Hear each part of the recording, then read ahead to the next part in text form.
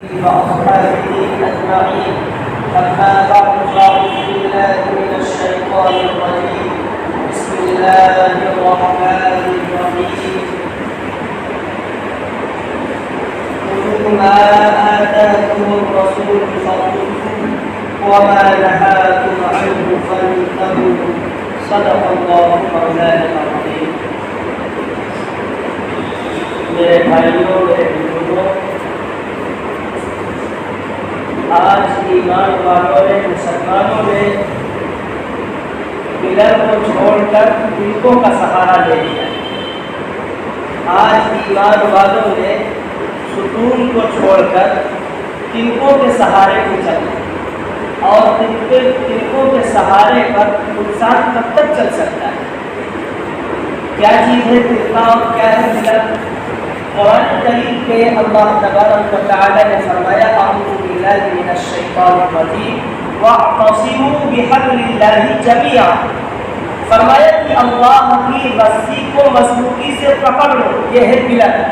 اور اللہ کی رسی سے مراد مفسرین نے قرآن کو بھی لیا اور حدیث کو بھی لیا کہ قرآن اور حدیث کو مضبوطی سے پکڑ لو، یہ پلر ہے۔ اور ہم نے قرآن کو بھی چھوڑا اور ہم نے حدیث کو بھی چھوڑا، اور ہم نے چھوٹی چھوٹی چیزوں رسموں کا سہارا لے کے ہم چل رہے ہیں۔ ہم چھوٹی چھوٹی رسمیں دیکھ رہے ہیں اور وہ تنکے کے مالک ہیں، اور تنکوں کے ذریعے سے جو انسان چلتا ہے وہ ہمیشہ نہیں چلتا۔ ڈوبنے والا جب ڈوبنے لگتا ہے تو تنکے کا سہارا لیتا ہے، وہ معمولی سا سہارا ہوتا ہے، پھر بہاؤ آتا ہے، انسان بہ جاتا ہے۔ لیکن جو آدمی پلر کو پکڑ لے گا مضبوطی سے، جو قرآن اور حدیث کی شکل میں ہمیں دیا گیا، وہ ایک پلر ہے، شریعت ایک پلر ہے، اور سنت رسول ایک پلر ہے، قرآن کریم ایک پلر کی حیثیت ستون کے مالک، ان کو ہم چھوڑ بیٹھے ہیں اور تنکوں کا سہارا ہے۔ آپ بتائیے، یہ عقل مندی کی بات ہے؟ یعنی انسان یہ سمجھے کہ مونگپھلی کا دانا تو پھینک دے اور چھلکے کھائے، دانے کو نہ کھائے، دانے کو پھینک دے اور چھلکوں کو کھاتا رہے، تو آپ بتائیے اس کو کون عقل مند کرے؟ کوئی بھی اس کو عقل مند نہیں کہہ سکتا، جو اس لیے کہ وہ تو چھلکے کھا رہا ہے اور دانے کو پھینک رہا ہے۔ ایسے ہی قرآن اور حدیث کو ہم نے چھوڑ رکھا ہے اور ہم سہارا رسموں پر لیے، رسموں کے سہارے چلے۔ ربیع الاول کا مہینہ آیا، ہم نے دکھا دیا کہ ہم یہ اصل نبی سے عشق کی بات یہ ہے، نبی کے حکم ماننے کا نام عشق ہے۔ نبی کے نام پر صرف نام لے لینا یہ عشق کی بات نہیں ہے۔ نبی کی سنت پر چلنا، نبی کے طریقے کو اپنی زندگی میں ڈھالنا، یہ عشق نبی ہے، یہ عشق رسول ہے۔ اور صحابہ نے اسی کو کر کے دکھایا ہے، صحابہ نے اسی کو کر کے دکھایا ہے۔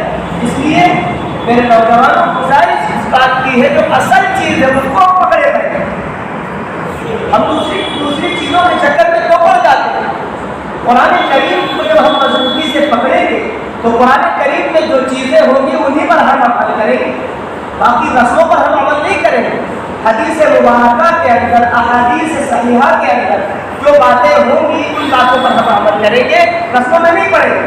لیکن جب ہم قرآن کو بھی چھوڑیں گے، حدیث کو بھی چھوڑیں گے، جو مضبوطی جو اس کو پلر کی ایک حیثیت حاصل ہے، تو ظاہر سی بات ہے تنکوں کا سہارا لیں گے۔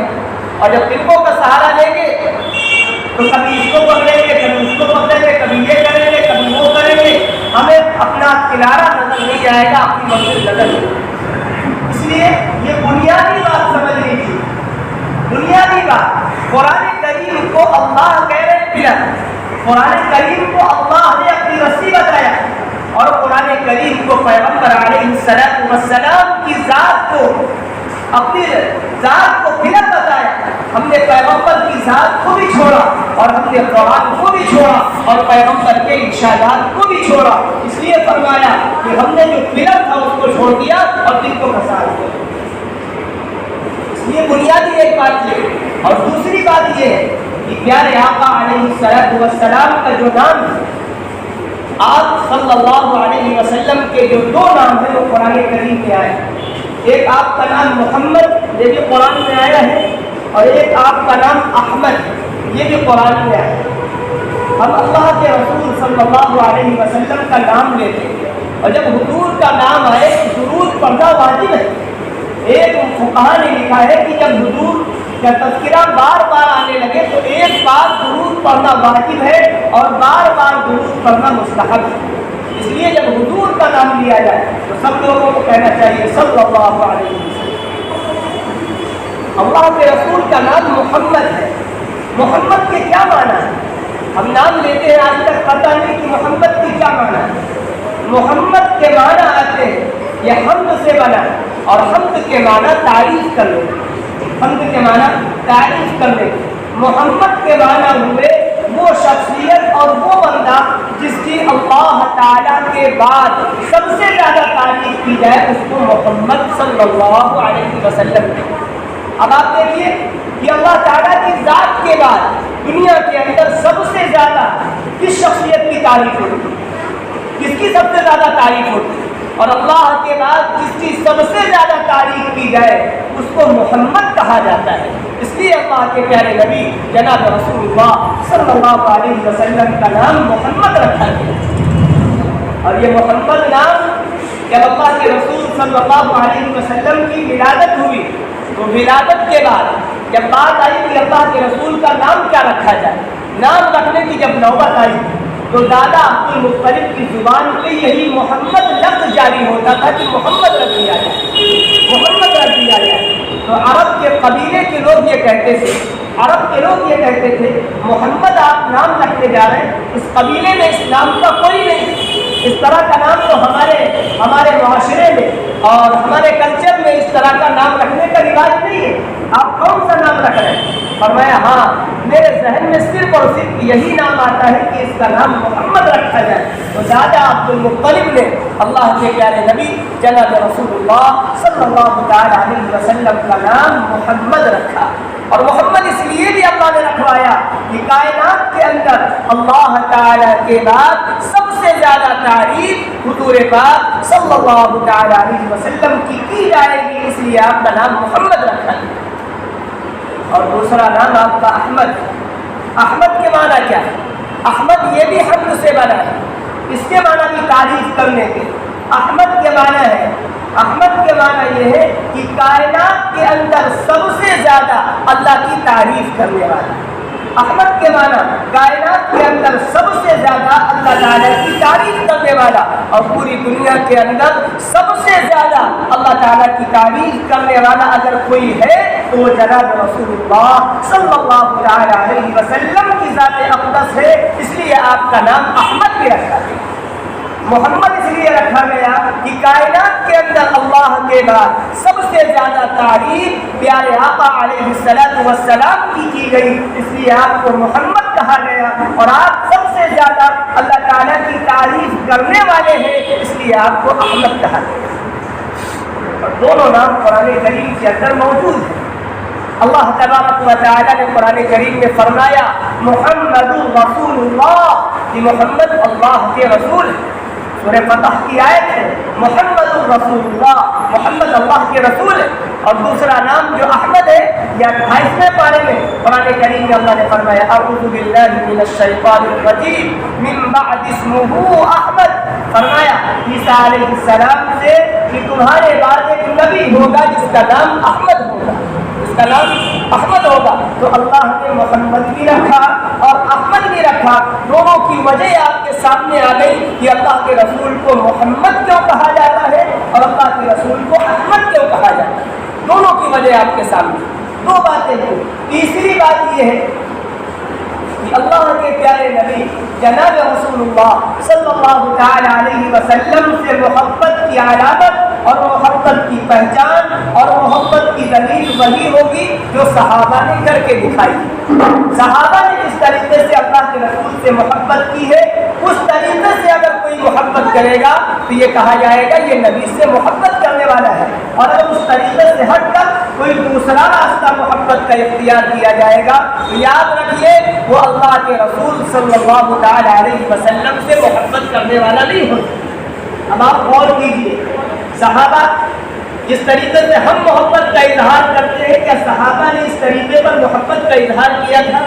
کیا صحابہ نے اس طریقہ کار اختیار کیا تھا جو ہم طریقہ کار اختیار کرتے ہیں؟ اگر صحابہ نے اختیار کیا تھا اور آپ اختیار کر لیں تو کوئی بات نہیں، لیکن اگر صحابہ نے اختیار نہیں کیا پھر بھی آپ کو اختیار کر رہے ہیں تو ظاہر سی بات ہے صحابہ سے زیادہ اللہ کے رسول صلی اللہ علیہ وسلم سے زیادہ محبت کرنے والا کوئی نہیں ہو سکتا۔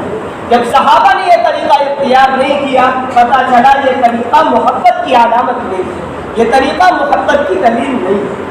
صحابہ کرام کے بارے میں تو آتا ہے اللہ کے پیارے نبی جناب رسول اللہ صلی اللہ تعالی علیہ وسلم سے اس قدر محبت کرتے تھے کہ مثالیں موجود ہیں۔ عروہ بن مسعود ثقفی صلح حدیبیہ کے موقع کا واقعہ ہے، جب اللہ کے رسول صلی اللہ تعالی علیہ وسلم عمرہ کرنے کے ارادے سے جا رہے تھے، آپ کو حدیبیہ پر روک دیا گیا اور یہ کہا گیا کہ آپ عمرہ نہیں کر سکتے، آئندہ سال آ کر عمرہ کریں۔ یہ قرآن کریم میں تفسیروں میں موجود ہے اور حدیث کی کتابوں میں بھی یہ واقعہ موجود ہے۔ اللہ کے پیارے نبی صلی اللہ تعالی علیہ وسلم کو روک دیا گیا کہ آئندہ سال آ کر آپ عمرہ کریں۔ آپ یہ بتائیے کہ 8 سال اور 7 سال ہو چکے صحابہ مکہ کو چھوڑ کے آئے تھے، مدینے میں رہ رہے تھے، کتنی تمناؤں کے بعد آرزوؤں کے بعد ایک موقع آیا تھا کہ اپنا پرانا مکہ المکرمہ جو ان کا اپنا گھر تھا وہاں جانے کی تمنا تھی، اور پھر یہ تمنا تھی کہ بیت اللہ کی زیارت کریں گے، خانہ کعبہ کا طواف کریں گے۔ پھر حدیبیہ کے موقع پر آپ کو روک دیا گیا، حدیبیہ کی جگہ پر آپ کو روک دیا گیا۔ صحابہ کو بڑی دل شکنی ہوگی، صحابہ کا دل ٹوٹ گیا، صحابہ کی آرزوئیں جو تھی وہ نا امید ہو گئے، مایوس ہو گئے۔ تو اللہ کے رسول صلی اللہ علیہ وسلم نے فرمایا ٹھیک ہے بھائی اگلے سال ہم عمرہ کریں۔ لیکن عروہ بن مسعود ثقفی جو آیا ہوا تھا اس نے جو پیغمبر علیہ السلام کے صحابہ کا نقشہ کھینچا ہے وہ اس انداز سے کھینچا ہے، جب وہ اپنے دربار میں پہنچا ہے تو اس نے جا کر یہ جملہ کہا ہے کہ میں نے بڑے بڑے بادشاہوں کا دورہ کیا ہے، میں نے قیصر و کسریٰ کا دربار دیکھا ہے، میں نے شاہ حبشہ کا دربار دیکھا ہے، اور میں نے نجاشی کا دربار دیکھا ہے، ہر ایک بادشاہوں کے پاس میں گیا ہوں، لیکن میں نے یہ بات دیکھی ہے کہ محمد رسول اللہ صلی اللہ علیہ وسلم کے غلام جتنی تعظیم محمد رسول اللہ کے کرتے ہیں کسی بادشاہ کے وزیر بادشاہ کی تعظیم نہیں کرتے۔ اور پھر آگے اس نے یہ جملہ ارشاد فرمایا، آخر میں عروہ بن مسعود ثقفی صحابی بن گئے، ایمان لے آئے فتح مکہ کے موقع پر، لیکن اس وقت تک ایمان نہیں لائے تھے۔ تو اس کے بعد جو اس نے کہا کہ پیغمبر علیہ السلام جب دھوپتے ہیں تو صحابہ اس دھوپ کو اپنے ہاتھ پر لے کر اپنے بدن پر مل لیا کرتے ہیں اور اس کو سعادت سمجھتے ہیں اور اس کو نیک بختی سمجھتے ہیں، اس کو نیک بختی اور سعادت سمجھتے ہیں، اپنا شرط سمجھتے ہیں کہ پیغمبر علیہ السلام کا دودھ میرے ہاتھ میں آتا ہے۔ اور پیغمبر جب وضو فرماتے ہیں تو صحابہ اس وضو کے پانی کو زمین پر گرنے نہیں دیتے ہیں، اور صحابہ وضو کے پانی کو اپنے ہاتھ پر لے کر اپنے بدن پر مل لیا کرتے ہیں اور یہ سعادت اور نیک بختی تصور کرتے ہیں اور اپنے آپ کو مشرف اور شرافت کا ایک لیول تصور کرتے ہیں کہ یہ ہم کو ایک شریف چیز ہمیں میسر ہو گئی۔ یہ صحابہ کی محبت جب اس نے کہا یہ جملے ارشاد کرتا ہے اس کے بعد اس نے کہا قیصر و کسریٰ کے دربار میں بھی ان کے وزیر اس طرح بادشاہوں کی تعظیم نہیں کرتے ہیں جس طرح محمد الرسول اللہ صلی اللہ علیہ وسلم کے غلام محمد الرسول اللہ کی محبت کرتے ہیں، ان کی تعظیم کرتے ہیں۔ اس لیے محبت تو صحابہ نے سکھائی، صحابہ نے جشن نہیں سکھایا ہے، صحابہ نے محبت سکھائی ہے، صحابہ نے محبت سکھائی۔ اور ہم نے کہا محبت نام ہے نبی کے حکم کے ماننے کا، جو نبی کے حکم کو مان لے اور نبی کے حکم کو پورا کرے، اطیعوا اللہ واطیعوا الرسول، اللہ کی اطاعت کرے اور رسول اللہ کی اطاعت کرے۔ اور حکم ماننے کا نام ہی اطاعت ہے، حکم بجا لانے کا نام ہی اطاعت ہے۔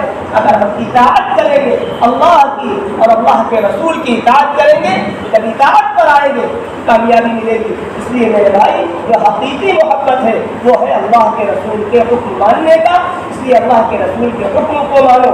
جو عاشق رسول ہو جو یہ کہے کہ ہم اللہ کے رسول سے محبت کرتے ہیں پھر وہ نماز چھوڑ دے تو کیسا وہ عاشق رسول ہے؟